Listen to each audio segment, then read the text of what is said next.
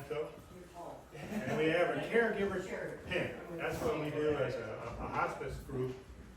We honor those that have been serving and those who have helped those that have been serving, and it's a family affair, no matter what you say. Everybody has to be participant and keep on rolling. So who would be the caregiver? That would be you guys, right? So, this is from the hospice, okay? You guys can share it at times. You wear it for a while. You wear it for a while. Okay, if you need another one, we'll get you one, okay? But thank you for your time with this gentleman here who spent his time. And memories are alive and well, I bet you here. Do you remember when? You fill in the blank now. Okay, there's been so many times and so many discussions, and I'm sure he's got stories. Everybody's got stories. It's what people believe when you tell them. You know, he's an Air Force guy talking to a Navy guy. We might embellish, you know. Anyway, thank you, sir. Well, Much for thank your you. service. Well, Lou, I'd like to read the Sailor's Creed. You probably maybe or may not remember from when you were in the Navy, but it goes back, and it was in order then, but still in order. And it starts out, I'm a United States sailor. I will support and defend the Constitution of the United States of America. I will obey the orders of those appointed over me. I represent the fighting spirit of the Navy and those who have gone before me to defend freedom and democracy around the world. I proudly serve my country's Navy combat team with honor, courage, and commitment. I am committed to excellence and the fair treatment of all. And I'd like to present that to you. And also have something kind of neat. It's a little Navy heart. And so you're the heart of our commitment today. So that's yours. Thank you.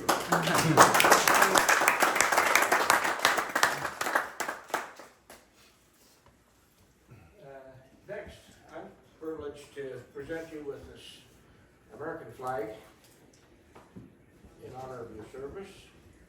And also, I don't know whether you ever have seen those or not, but that's actually a Navy flag. And this one has a little inscription on it. It says, I'm a part of your American flag that has flown over the U.S. I can no longer fly. The sun and winds caused me to become tattered and torn. Please carry me as a reminder that you are not forgotten. And I thank you from Ohio Hospice. And I can put some of these back in your hands again.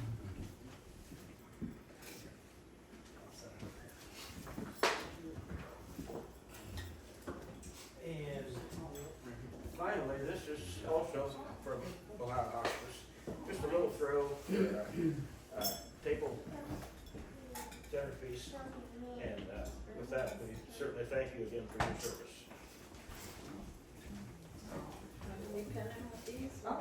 That would be great, yes. Right here, Dad. Same side or different side?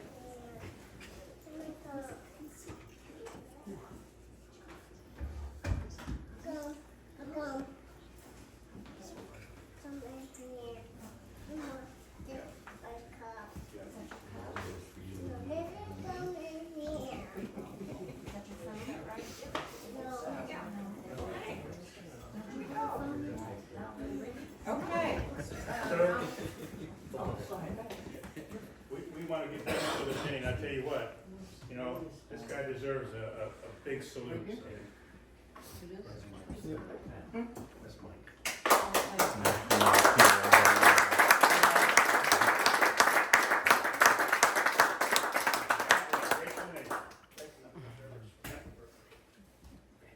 And finally, we have a certificate I would like to also read and present to you. Certificate of Appreciation awarded to Louis Eggers. I know you go by Lou, but it's got Louis on here. We pay special tribute to you for your military service to America, for your advancing the universal hope of freedom and liberty for all, presented this 26th day of October 2024. So, congratulations, and that's yours.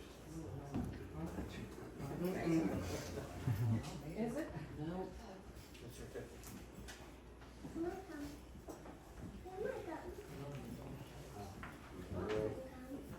Very So nice. that completes our ceremony.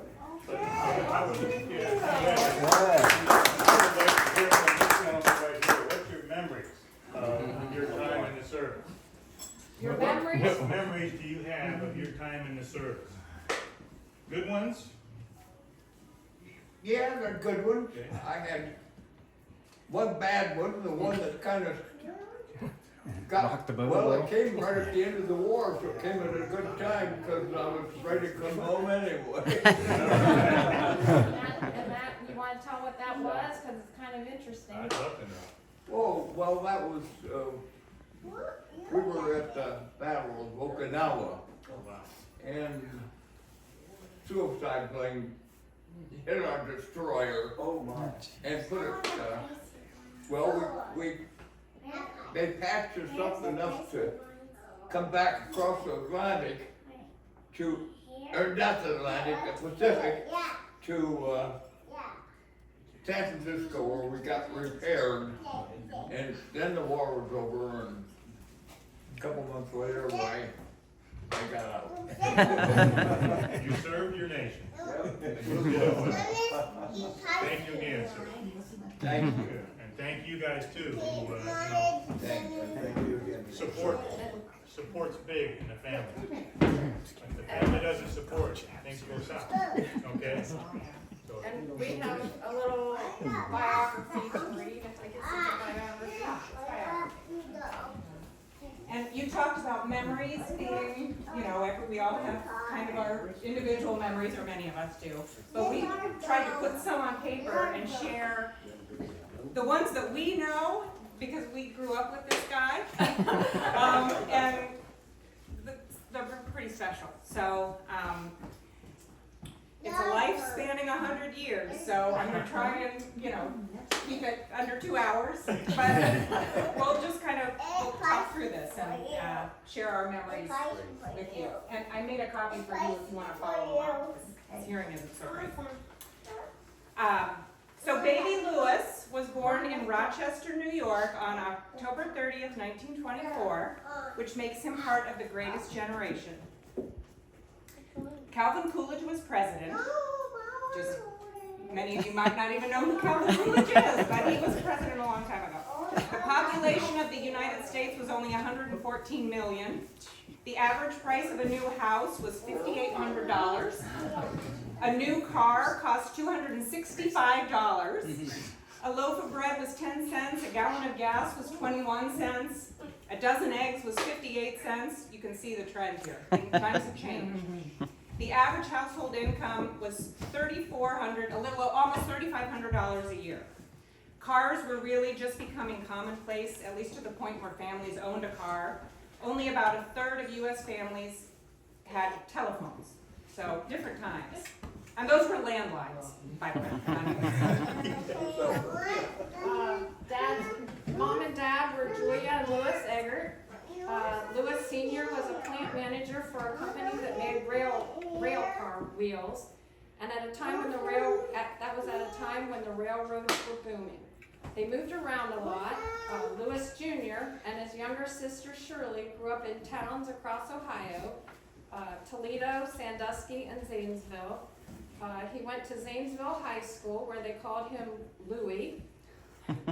And he played the trombone in the high school marching band, and then he played in a jazz band, which is where his love for music started. He played the piano and he played the organ, and he played the organ up until just a year ago. He was playing the organ all throughout his life. He graduated high school in the spring of 1942 with World War II in full swing. He couldn't enlist in the military until he turned 18 that October, so he enrolled at the Ohio State University as a 17-year-old freshman. Once he finished out his first year at Ohio State, he was the property of the U.S. Navy. In the summer of 1943, he went to basic training and then off to the Hawaiian Islands for training to become a radio operator in their newest naval destroyer, the USS Douglas H. Fox. An Ohio kid who grew up during the Depression and had never been to Hawaii, he found the pineapples were amazing, but ate so many he ended up in sick bay. Turns out he was allergic to them. After months of getting the ship and crew battle ready, the ship officially launched on September 30th, 1944, and immediately joined exercises with other naval ships in the Pacific, and then sailed to join the radar picket line at Okinawa. The historic Battle of Okinawa, in that battle, the ship was hit by 5 kamikazes, which killed 7 crew members and wounded 35 others. That was in May of 1945. Damage to the ship forced them to head to San Francisco for repairs. The war ended shortly after that battle, so Dad finished out his enlisted time with travels all around the globe on goodwill tours to the Caribbean, Rio de Janeiro, sailing through the Panama Canal, etc. He returned to OSU and was accepted to the School of Engineering, studying to become an electrical engineer. Getting the full college experience, he joined Delta Upsilon fraternity and also served meals to the Phi Mu sorority girls. He became an usher at the shoe, and then that was so he could go to every home game, thus solidifying his position as a lifelong Buckeye fan. After getting his electrical engineering degree, he stayed at OSU an extra semester to get his mechanical engineering degree. He was such a smarty pants.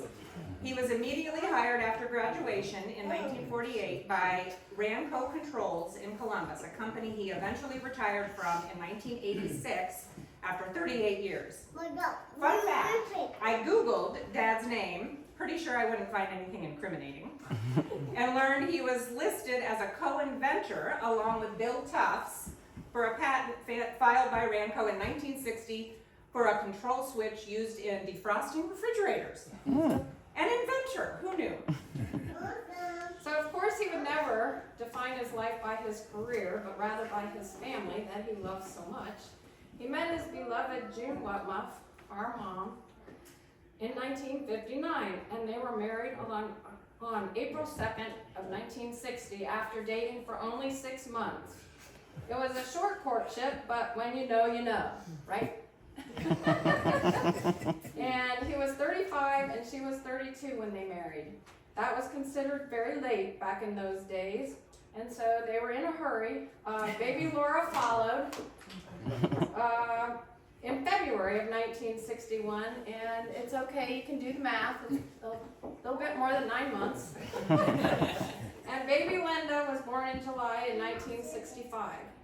Together they created a close and loving family, which included our dear little dog, Cairn Terrier McDougal, that we called Mac, who had to be walked every single night just so he could poop on the same patch of sidewalk a block away from our backyard.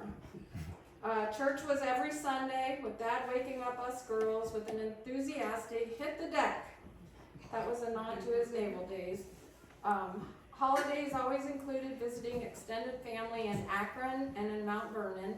Summer vacations we visited Grandma and Grandpa in Lake Placid, Florida, and weeks were spent at Fort Myers Beach every year.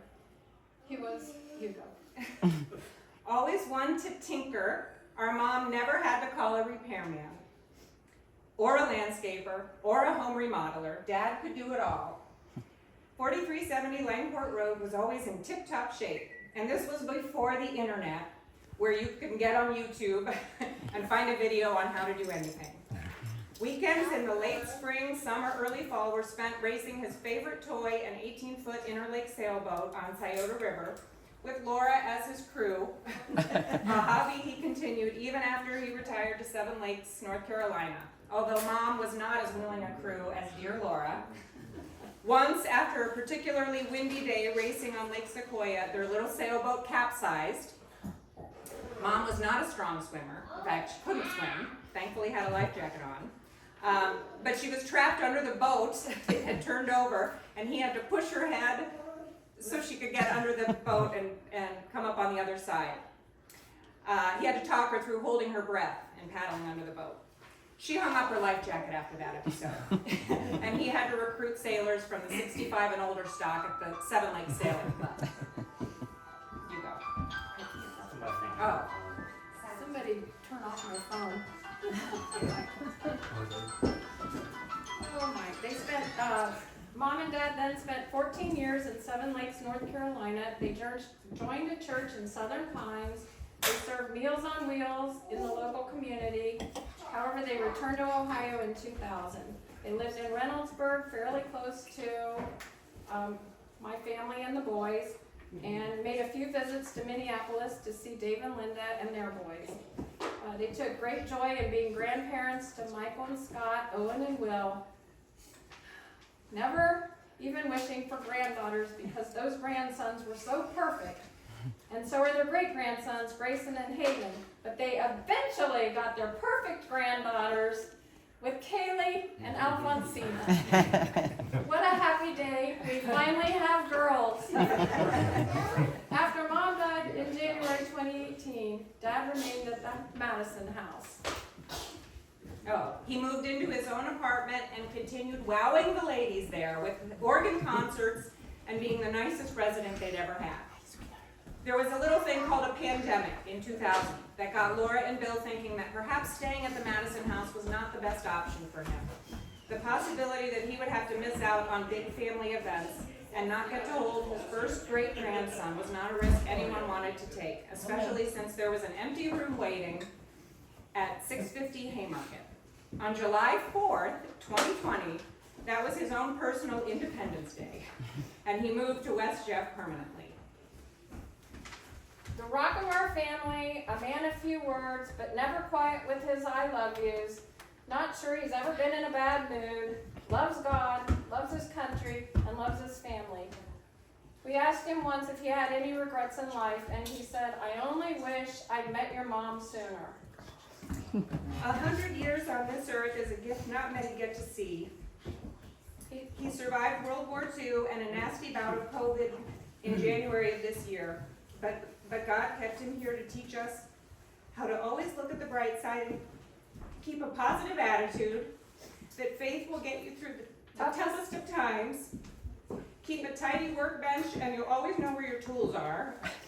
Never shy away from telling the people around you that you love them. Stay busy and find hobbies to keep your mind active. Be grateful to God for what is given to you and always say thank you.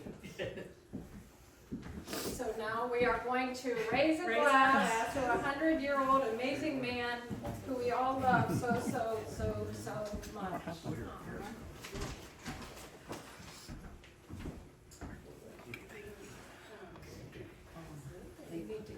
They're all passed out. They're all passed out. So, happy birthday! Happy birthday, Lou! Thank you, everyone. Cheers, and thank you all too for coming and helping us celebrate. Thank you everyone for being here. Every last one of you means so much to us. All Happy right, birthday, Lou. you're here. Brushing your teeth or what? Woohoo!